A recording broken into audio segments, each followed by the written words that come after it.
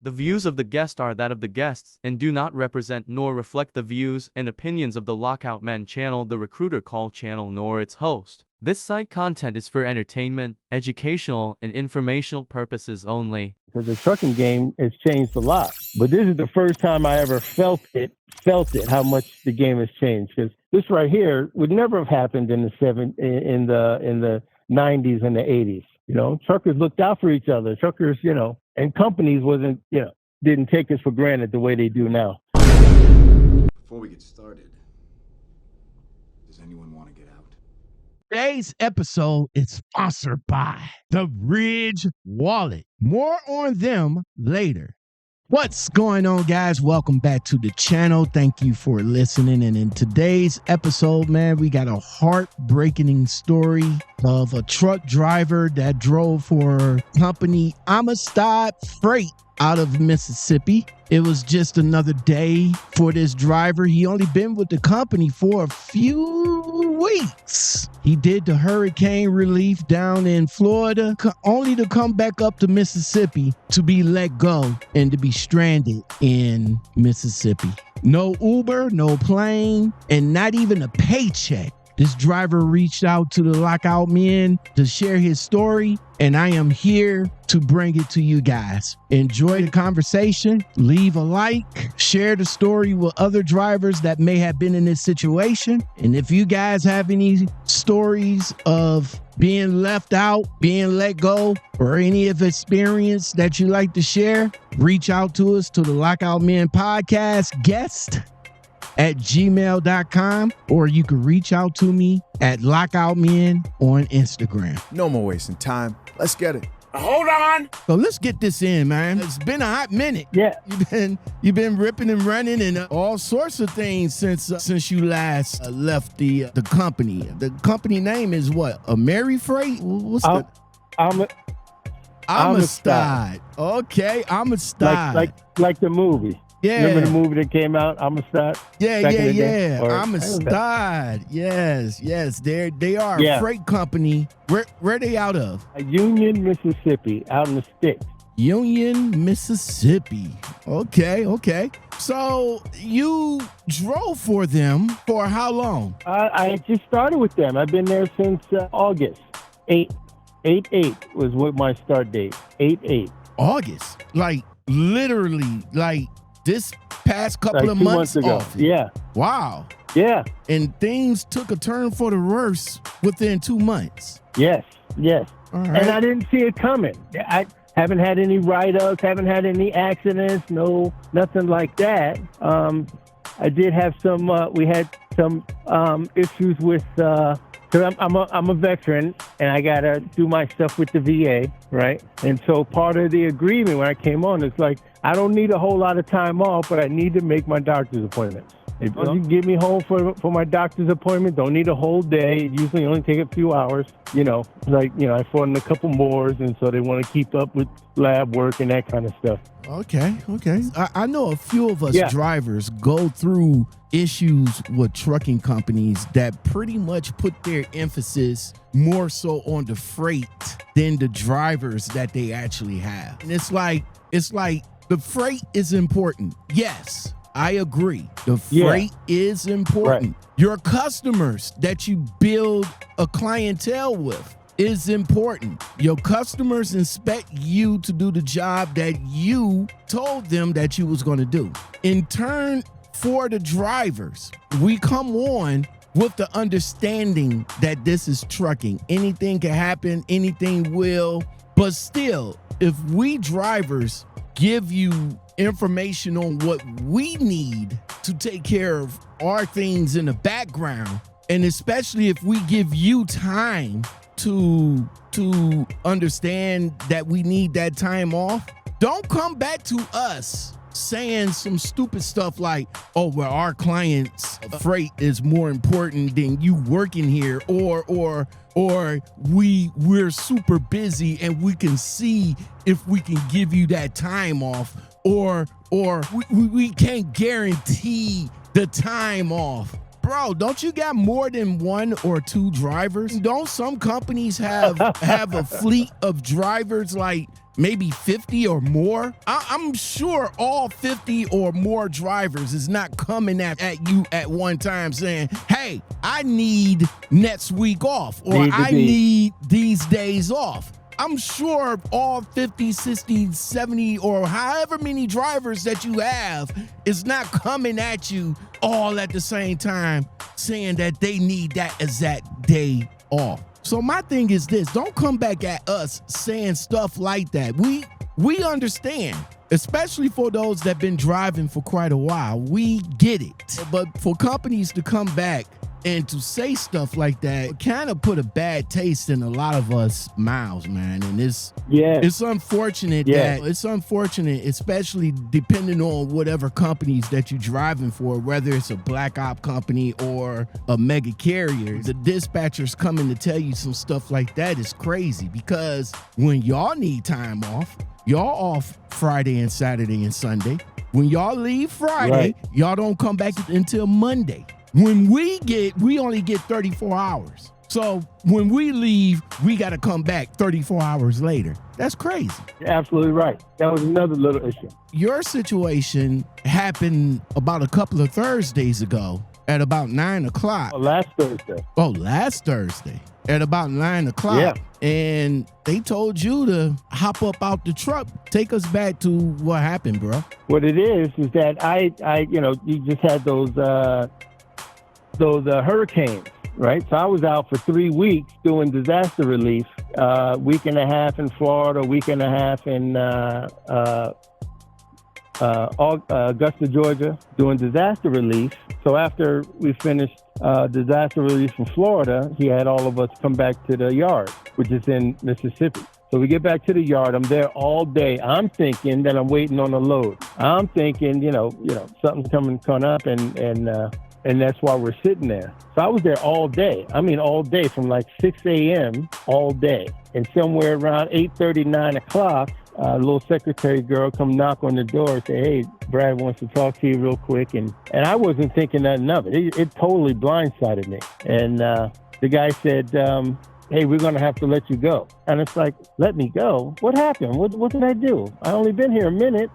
And he said, well, we understand that you're out looking at other companies, and we don't want you to get our truck all the way to Vegas and drop it on the side of the road and start with another company. And I said, dude, I have no history of doing any nonsense like that. Where'd that come from? And, I've been driving for well over 25 years. So young lady came out there, she knocked on your door, she told you had to talk to somebody.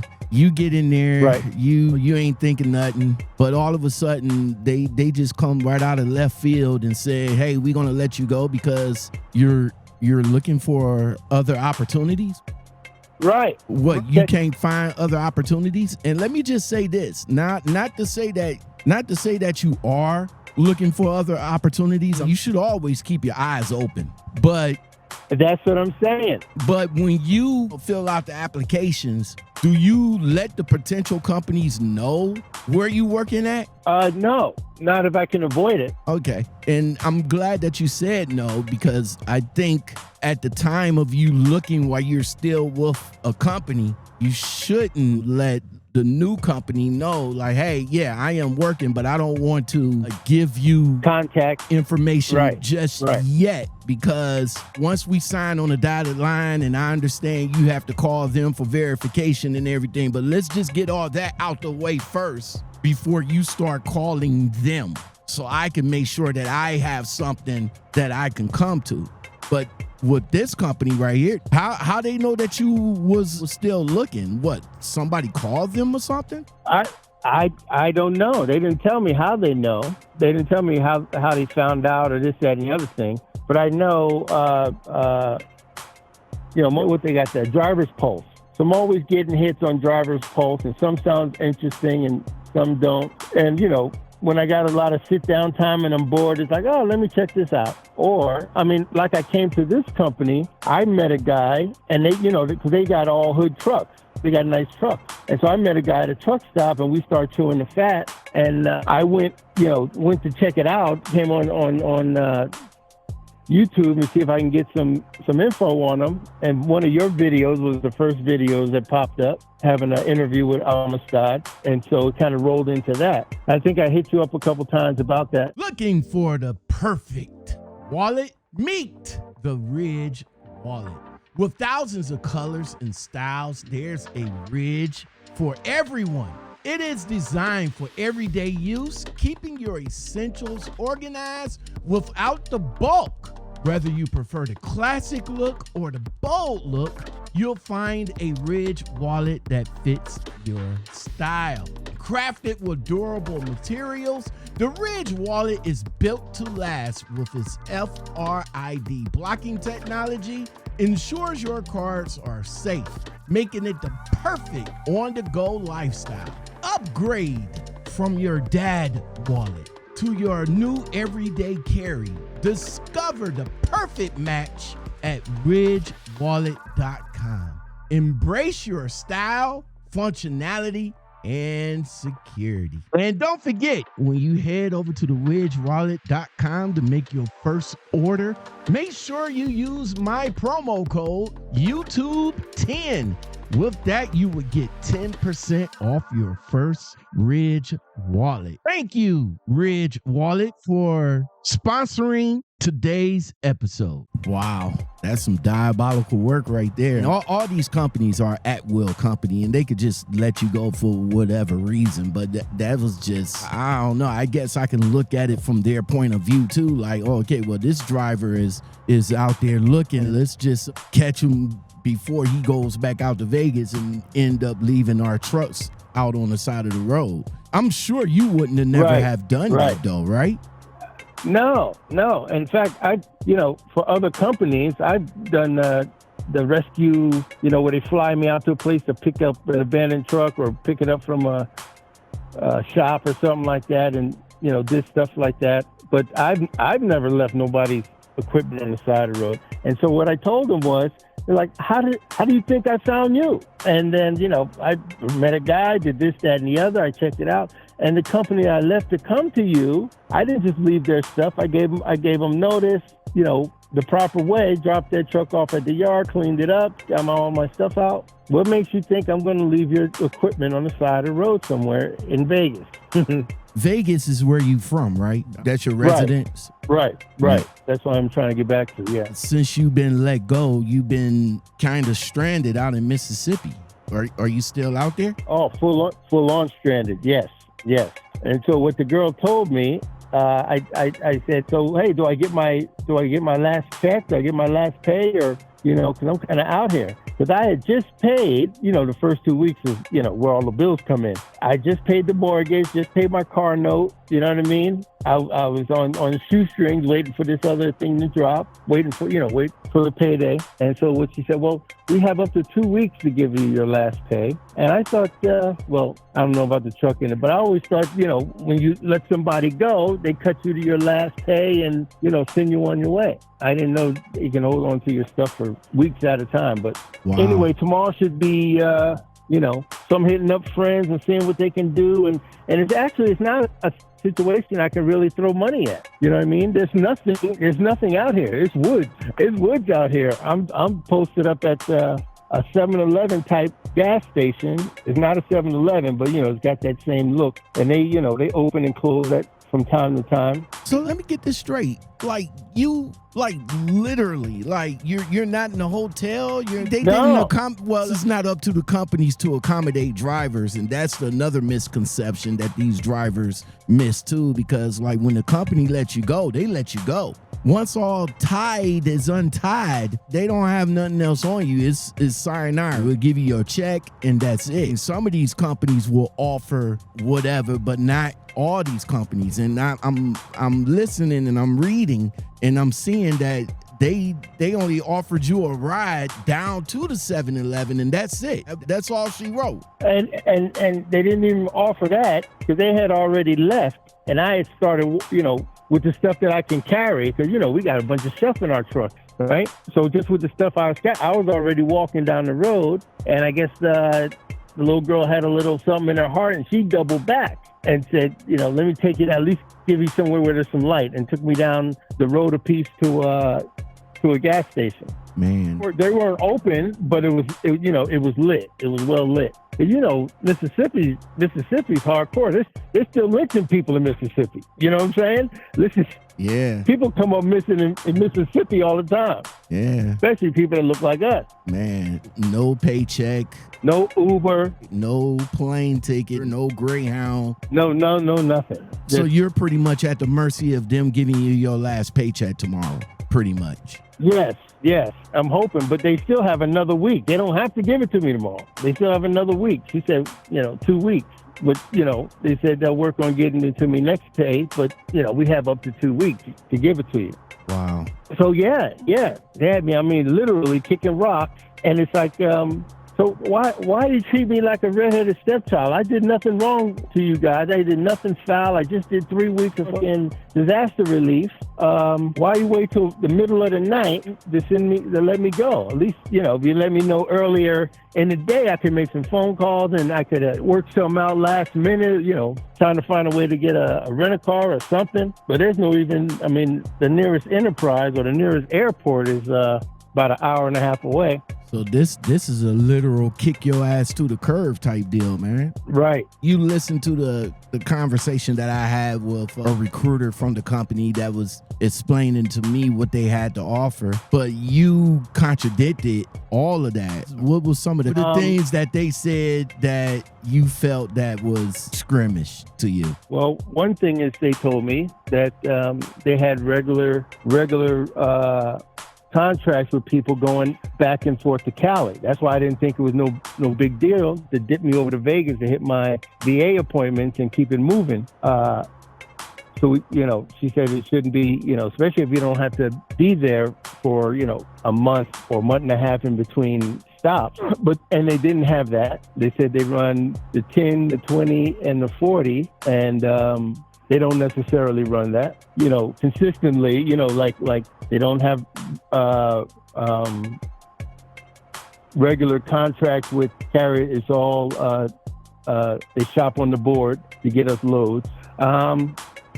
One of the surprising things they told me, and this is kind of one of the things we bumped heads on a lot, is that they wanted me to use my phone as part of their equipment, right? Use the Samsara and the stuff like that using my phone. And so I was kind of iffy about that because, they're not help paying the bills on my phone.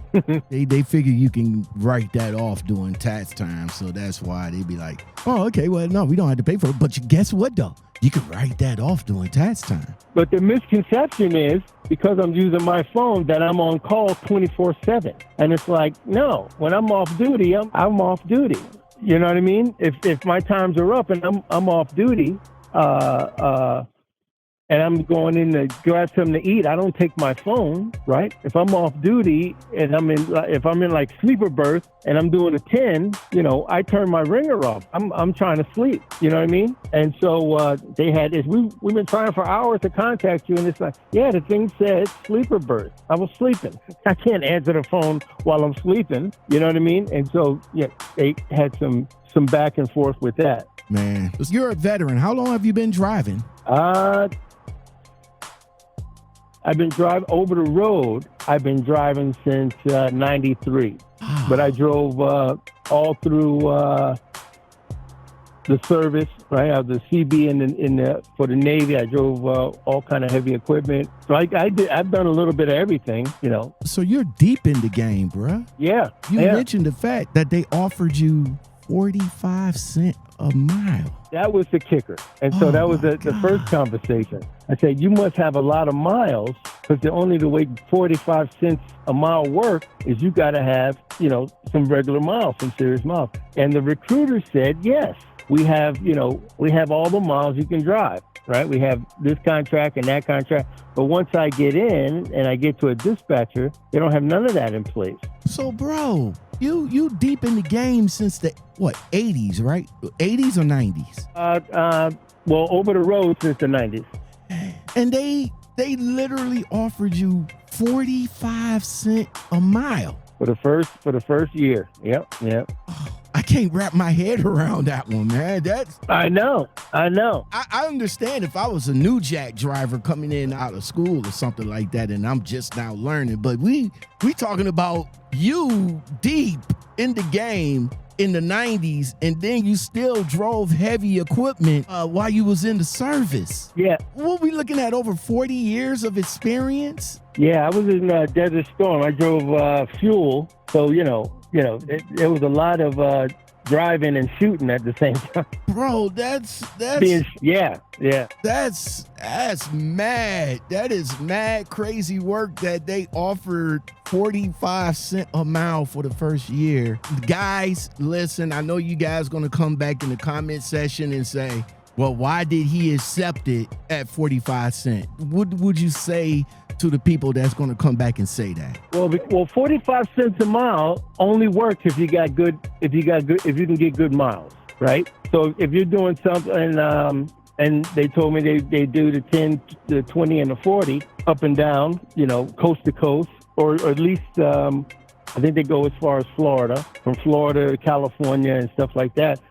45 cents a mile ain't that bad if you can do the miles, if they have the miles. But if they don't have the miles, then 45 cents a mile don't do the trick, which is, it wasn't the reason why I was checking out other places, because I always check out other places.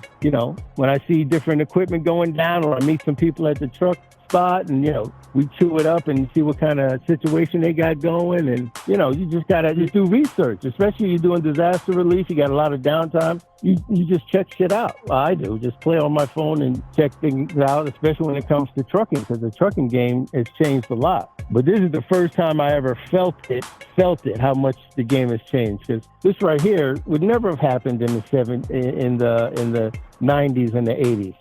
Truckers looked out for each other. Truckers, and companies didn't take us for granted the way they do now. It wasn't a dog-eat-dog world back then. It was much more respectable, but now it's not even that. Kicking you to the curve like the way they did, offering you 45 cents a mile, and all because you was just keeping your eyes open for something else. Hell yeah, I would definitely keep my eyes open for something else. 45 cents a mile, and you're not even giving up the miles. That's the problem. I tell people about that. Like when a company offer you like low CPM, usually the miles be up in the stratosphere. They be trying to throw the miles at you when you be making a low CPM. But then when you make a high CPM, the miles ain't even nowhere near what you're supposed to be getting. Right. So it's like they're trying to box us in. That's mad work for a driver of your caliber to even be offered 45 cents a mile, bruh. I'm scratching my head on that one. Hold on. What's going on, guys? I just want to stop the video right here, right quick. If you guys made it this far into the video and you guys like what you're hearing, go ahead and hit that like button for me, bro. Hit that like button. It's free. It's free. If you made it this far into the video, man, make sure you hit that like button. It's right up under the video, man. And if you guys like more content like this, consider, okay? Y'all got two options. Well, one, but two options. You can either subscribe for the channel for more, and if you really want to rock with me and get the videos early, make sure you join the channel. All right, shout outs to all my members of the channel that rocks with your man. Thank you very much. Now let's get back to the show. Yeah. But that's even what the girl said on the interview when you interviewed it, and she said they had different pay cuts based on how fast you want your truck to go, right? And 45 cents a mile was for, if you want to keep your thing at 75 miles an hour. Well, when I got there, that wasn't the option anymore. All the trucks go 75, and everybody, and the pay is 45 cents. Because I probably would have went to the 75 cents a mile. I mean, the 75 miles an hour for at least a few months until I saw my paycheck wasn't looking shabby. Then I had to knock that down to, 60 miles an hour just to get a decent pay. But now they just do the straight 45 cents a mile, 70 mile an hour truck. $75. Well, Derek, man, I am so sorry that you're going through it right now. Hopefully they do the right thing and come through with your paycheck tomorrow so you can at least get home. What's your situation right now? You said you was asking family for help. Are they coming through? Oh, they want to come through, but there's no, I'm not all that tech out, so I don't have Venmo and all the little gadgets where you can shoot money back and forth, cash apps and all that kind of stuff. I'm not that tech savvy. But even the basic stuff like Western Union, there's no Western Union nowhere around here. There's no Walmart or anything like that anywhere around here. I'm sitting at a little coffee shop now. How are you surviving, bruh? Well, I got a few ends, but to survive day to day on the basic. But the closest enterprise or the closest rent-a-car place is like an hour and a half away, and they only do round trip rentals, right? So if I take it, I got to bring it back. And because I have an out-of-state license, I talked to them on the phone. Because I have an out-of-state license, they want $400 down. So the best I can come up with right now is just do the rent-a-car for a couple days, kamikaze it back to Vegas. I'm like 1,700 miles from Nevada, and just kamikaze and just drop the rental off at the airport deal in Nevada, and make nice up for it later, just to get secure.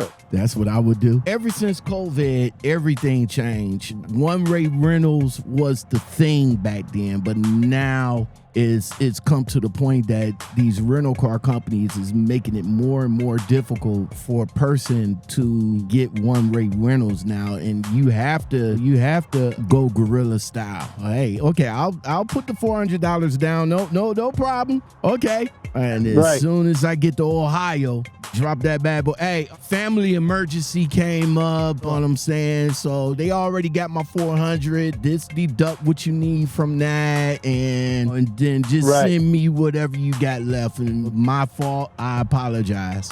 But on the flip side of that, you had to get home. It was the last resort. With all my stuff from the truck. Because even if I did a Greyhound, right? Greyhound don't let I won't be able to bring all my stuff. And I think Greyhound say you can't even bring plastic bags no more. You got to have real luggage.